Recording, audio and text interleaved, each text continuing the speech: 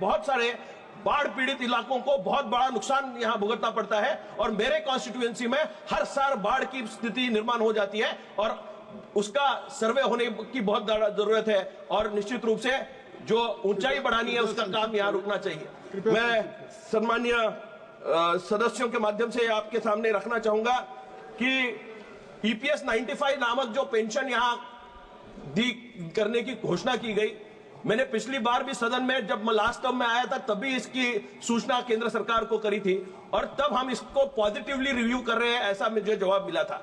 लेकिन सर आज तक उन बेचारों पेंशनर को आज तक वो आस लगाए बैठे कि यही सरकार हमें न्याय देगी और उनको ये निश्चित रूप से उनकी ये मनीषा है कि आदरणीय प्रधानमंत्री मोदी जी के नेतृत्व में उनकी पेंशन बढ़ेगी। इस मान्यता के साथ वो हमेशा आंदोलन करते रहते हैं। मैं आपसे ये गुहार लगाना चाहता हूं उन सारे लोगों के ओर से कि सर बहुत दिनों से ये पेंडिंग इशू है, केंद्र सरकार इसमें अपना संज्ञान लाए और निश्चित रूप से इसमें अच्छा काम होने की जरूरत है। सर एक 2 ही मिनट में मैं अपना माननीय सदस्य श्री नरेश गणपत महस्के जी।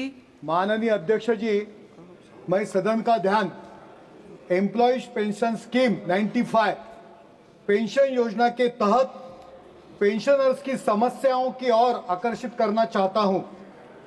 देश भर के 78 लाख पेंशनर्स जो केंद्रीय और राज्य सरकार के उपक्रमों, निजी संस्थानों और फैक्ट्रियों से जुड़े हैं, न्यूनतम 1000 रुपया प्रति माह पेंशन पर जीवन यापन कर रहे हैं।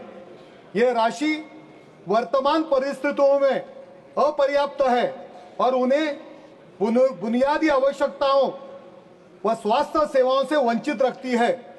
2013 में कोशियारी समिति, 2018 में श्रम संसदीय समिति और ईपीएफओ की उच्च स्तरीय समिति ने सिफारिश की थी कि न्यूनतम पेंशन 7500 प्रतिमाह होनी चाहिए। पेंशनर पिछले 7-8 वर्षों से इस मांग को लेकर आंदोलन कर रहे हैं। उनकी आवाज अब तक अनसुनी रही है। सरकार से मेरा निवेदन है, ईपीएस 95 पेंशन योजना में तत्काल संशोधन किया जाए और न्यूनतम पेंशन 7500 प्रतिमाह किया जाए। इससे अतिरिक्त महंगाई भत्ता और पेंशनर्स और उनके परिवारों के लिए निःशुल्क स्वास्थ्य सेवाएं उपलब्ध कराई जाए, जिससे न केवल पेंशनर्स के जीवन स्तर बेहतर होगा बल्कि उनके दशकों के योगदान का सम्मान होगा। सदन और सरकार का दायित्व है कि इन वरिष्ठ नागरिकों की समस्याओं को प्राथमिकता दे और उन्हें न्याय प्रदान करे।